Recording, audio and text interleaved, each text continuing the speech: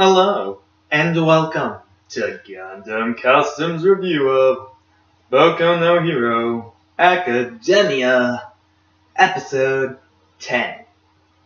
Now, the episode begins with Kirishima saying that this reminds him of the entrance exam while Midori takes a step. Aizawa Sensei actually says to stop, and then he says these are actually villains.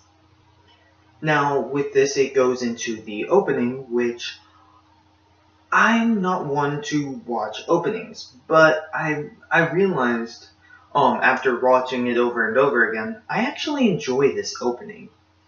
It's more or less like one of those kid cartoons you would watch as a younger kid that said each and every hero's name, so on and so forth. They would show some scenes or something of each character doing some cool stuff.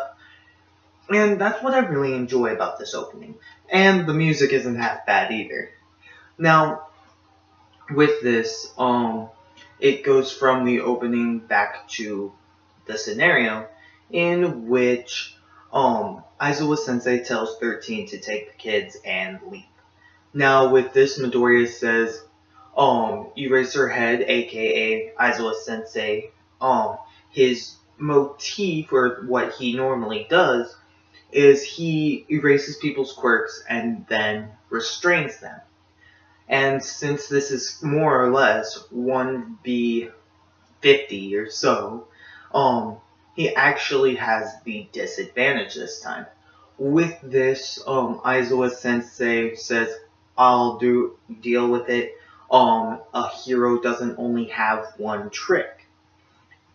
Now, I think this is kind of to help Midoriya, because he does only practically use the one fist attack that he's used against the Zero Robot, Bakugo, and kind of sort of during the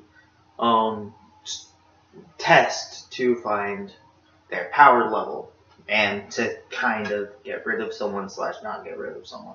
But with this, Aizawa Sensei jumps down and takes out 3 fodder characters. Now, I'm not one to actually double check and triple check episodes, but since I do this review now, I've been doing that recently, and I found that these 3 side characters, the ones that show up, are really cool. The guy who has the fingers that are guns is pretty decently drawn. Now, yes, lackluster ideas, a guy with gun fingers, and then the girl's hair, and we don't really know what their quirks are, but they were taken out instantly by Aizawa Sensei, and with this, someone yells out, that's Eraserhead, he can erase your quirks. Now with this, a 4-armed guy with some kind of weird mask, or it could be his face, I'm not sure, goes straight after Aizawa Sensei and is like, so you can't erase my quirk, ah! And with this, Aizawa Sensei kind of just hits him, or grabs his leg with his wrappings around his neck, and throws this guy into another guy, and while doing this, says, I can't do that, or I can't erase your quirk, but that type of quirk, normally they are melee fighters, and he is prepared to go up against said quirks because he practically finds the weakness of his quirk and finds out how to take down people with his weakness. More or less is what I'm getting from this. Now with this, the guy with the hands on his everywhere, is saying that he's good with hand-to-hand combat. His quirk kind of throws the group off because their synergy is kind of broken when some people can't use their abilities. Now with this, it goes back to the kids. Midoriya kind of looking at Aizawa Sensei doing all this amazing stuff. Ida says Midoriya to come over and to leave, and they start to leave, and boom. The warp guy comes out of nowhere and is right in front of everyone. Now with this, Aizawa Sensei's like, oh no, I blinked and that guy disappeared. That's not really good because he's going to do something to everyone. Now with this, he goes up and practically splits everyone up except for the people who kind of stayed back, which was Ida, who saved Uraraka, and the wrestler-looking guy, Shoji, who saved the tape guy and the alien-looking girl, and everyone else was sent to different places. And that's where we go to Midoriya coming out of the warp portal or gate or whatever you would like to call it, and hits the water. Now, once he's deep in the water, he's like, warp, is that his quirk? And is kind of debating what his quirks are, like he normally does, trying to find out the enemies or allies' quirks and or strategies. Now with this, he's trying to swim back to the surface as a half shark man kind of goes after him, says he has no qualms with him, but he's still going to try to kill him. And with this, Asui just comes in and stomps on the shark guy's face. Yes, with this, she has Mineta, the guy with like the circular mohawk kind of look to him, and the purple, and looks really small and useless. And with this, they they get out of the water to find that they're in the shipwreck zone, which is still in the same building. Now with this, Asui puts Midoriya on the ship using her tongue, and Mineta mentions how, for being a frog, Asui has big boobs. Now with this, he kind of leans up against her, she kind of blushes and smashes him down onto the deck of the ship. Now with this, she climbs aboard the ship, Midoriya thanks her, and she gets her little info card, which is more or less saying her name, and her ability is practically frog abilities. Now with this, it also has Midoriya saying that, or her Asui, her last name, if I'm not mistaken with Japanese culture, but with this, he was like, thank you, Asui, and she's like, call me Sui, or her other name that she uses. And with this, Midoriya's kind of weird, like he doesn't know really 100% how to say it, but then, like, yeah, going on. With this, the group is kind of broken up, and you see Shoji using his ears and his eye kind of tentacle things on his, or extra arms on his back kind of stuff, searching out, and Ida asks him, is everyone there in the building? They find out yes there is, and they also find out, or they also surmise that there's probably someone hidden from Eraserhead to keep the sensors, which the sensors last episode that were like all over the school, they're here in this building as well, but there's a quirk that's interfering with it. Now with this, they also go to show like the other groups, which is Todoroki, who seems to be by himself, Bakugo and Kirishima, two of my favorite characters working together. There's Momo, the Earjacks girl, and the static guy. There's the squirrel tail guy, and then I think they just go back to Midoriya and them again after that. And with this, they kind of start talking about how the villains may not actually know their abilities, because why would they send Asui to the water area, because she's a froggish person, so it would be better to send her to the fire area. So this is more expanded upon as Midoriya says, as Minata actually points out that there are people coming, and there's a bunch of them surrounding the ship they're on. Now with this, Midoriya says, it's also kind of proof that they're not trying to get on the ship, because if they're being careful and they were thinking that they could outnumber every one of the students in combat just to overwhelm them, but it seems, they go after them. Now with this, it goes to, All Might Sensei, or All Might, or whatever you want to call him right now.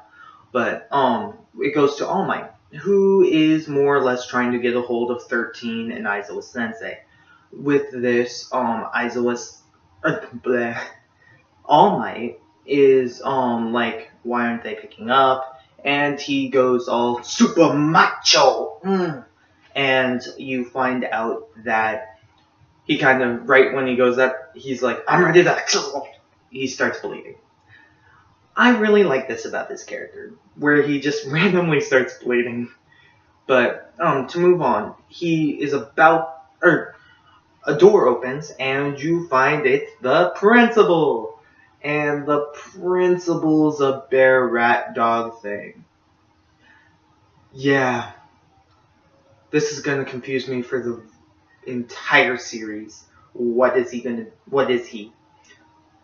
But with this, he actually starts to kind of scold, slash say, you should watch how you use your powers, because, like, he spent an hour, doing 3 different, heroic things while he used up all his super macho. But with this, he is also like, the reason why I asked you to be a teacher is because you are losing your time on your powers, and you need to train your successor, which I think he knows is Midoriya, but I'm not 100% certain. But with this, he kind of goes on and on and on, and says, or tries to help him become more of like a teacher, saying that he should prioritize keeping his ability for teaching, because there's a whole bunch of superhero agencies here in the area. So they actually could handle this. So with this, he keeps on talking and talking and talking, and then goes back to Midoriya and them. Now with this, I think it actually goes to 13 in the other group. With this, they start making a plan to have Ida go and leave everyone to go get help, or to like have someone follow him and set off the alarm or something to that magnitude. Now with this, Ida's like, I don't want to leave, and then he's like, you earned 13, kind of expanding upon what he said last episode, is use your power to save people. Now, with this, he's like, okay, or practically he's like, okay, and starts to get ready while everyone's like, come on, you can do it, stop sign, which is kind of funny.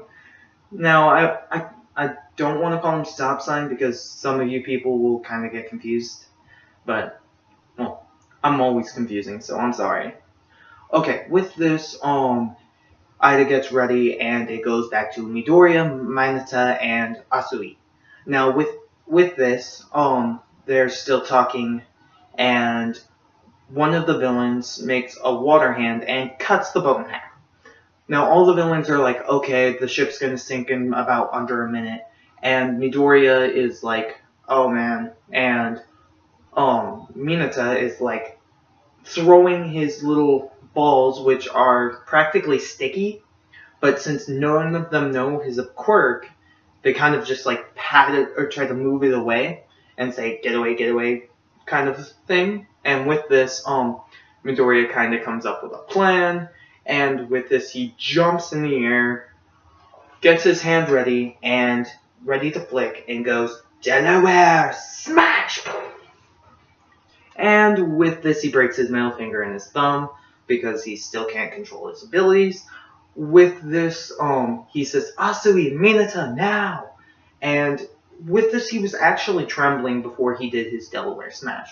Minata realizes this, and while Asui is getting them out of there, Mineta is like, even though he's trembling, I can't let him beat me, and he starts throwing his little balls massively into the water near the villains, as the villains are getting compiled into one area because Midoriya hit the middle of the water with enough force to make it spread out and then come back. And with this, Asui says they're both kind of cool, and I only realized this my second watch through, but Mineta actually started bleeding.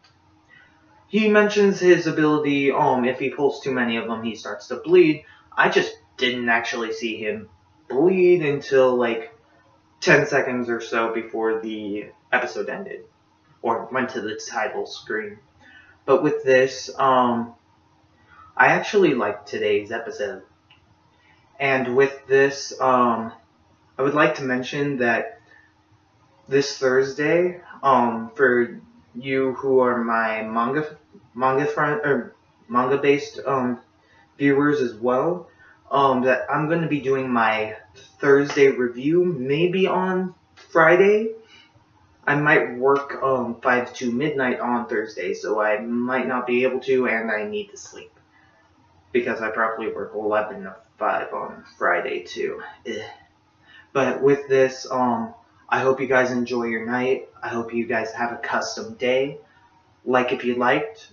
Comment any questions you have for me, or what you liked about the episode. I really liked the fact that Kirishima and Bakugo actually got to do a small battle between a small group, which I liked. And with this, I say, have a custom night.